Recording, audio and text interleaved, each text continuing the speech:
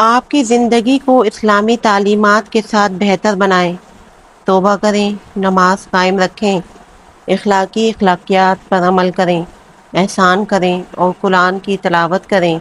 اللہ کی رضا حاصل کرنے کے لیے یہی راستے ہیں۔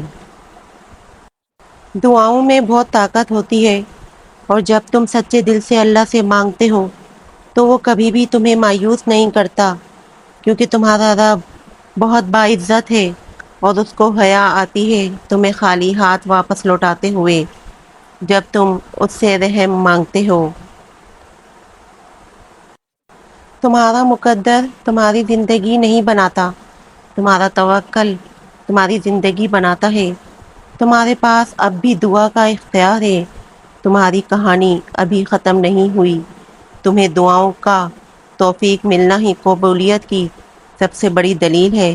تمہارا صبر گواہ ہے کہ تمہارے لیے کن فیکن لکھا جا چکا ہے، اور تمہارے صبر کا صلہ اب تمہیں مل کر رہے گا۔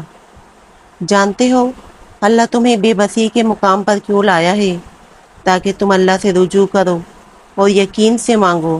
جب تم دعاؤں پہ یقین کرنا سیکھ جاؤ گے تو جو چیزیں تمہیں ابھی ناممکن لگ رہی ہے اور جو چیز نصیب میں نہیں ہے وہ بھی تم یقین سے پا لو گے۔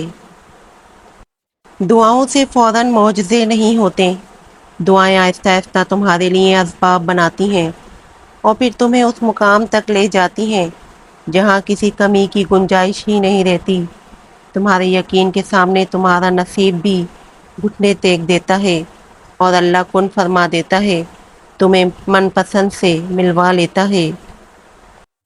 جب تھک جاؤ تو اللہ کے سامنے جھک جایا کرو، کیونکہ لوگ تھوڑی سی غلطی پہ چھوڑ جاتے ہیں اور اللہ تھوڑی سی عبادت پہ تھام لیتا ہے۔ ابھی تو وہ وقت بھی آنا ہے جب اللہ نے تمہارے صبر کا صلہ تمہاری من پسند چیز کی صورت میں دینا ہے۔ بس تم اپنے پیارے اللہ پر یقین رکھو اور دعائیں مانگتے رہو، کیونکہ اسے اٹھے ہوئے ہاتھوں کی لاج رکھنا آتا ہے۔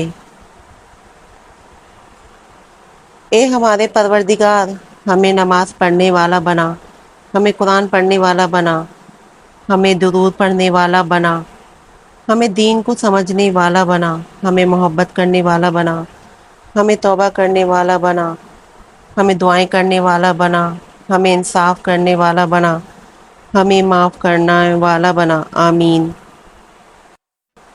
موت کا کوئی وقت مقرر نہیں، ابھی بھی وقت ہے۔ اپنے گناہوں سے توبہ کر لو اور لوٹ آؤ اللہ کی طرف۔ تہجد تک پہنچنا تمہارا بے وجہ تو نہیں ہے، آخر کچھ تو ہے جو ممکن ہونے والا ہے۔ تمہاری دعاؤں کی قبولیت کی نشانی اس سے بہتر اور کیا ہو سکتی ہے؟ یہ اتنی خوبصورت دعا ہے کہ دل چاہتا ہے کہ بار بار دعا دوں۔ اللہ تعالیٰ آپ کو اتنا عطا فرمائے جتنی اس کی شان ہے، اور اتنی خطائیں معاف فرمائے جتنی وہ رحمان ہے، اور آزمائشوں سے اتنا محفوظ رکھے جتنا وہ مہربان ہے۔ آمین۔ اے پاک پروردگار، وہ معاملات جن میں میرا اختیار نہیں، جہاں میں بے بس ہوں، ان میں میری مدد فرما اور مجھے اکیلا مت چھوڑ۔ دعا کے ساتھ ایسا جڑ جاؤ کہ گویا اس کے علاوہ کوئی علاج آپ جانتے ہی نہیں۔ دعا مقدر نہیں مانگتی، تسلسل مانگتی ہے۔ ہمت مت ہارو، دعا مانگتے رہو تب تک جب تک جواب نہیں مل جاتا۔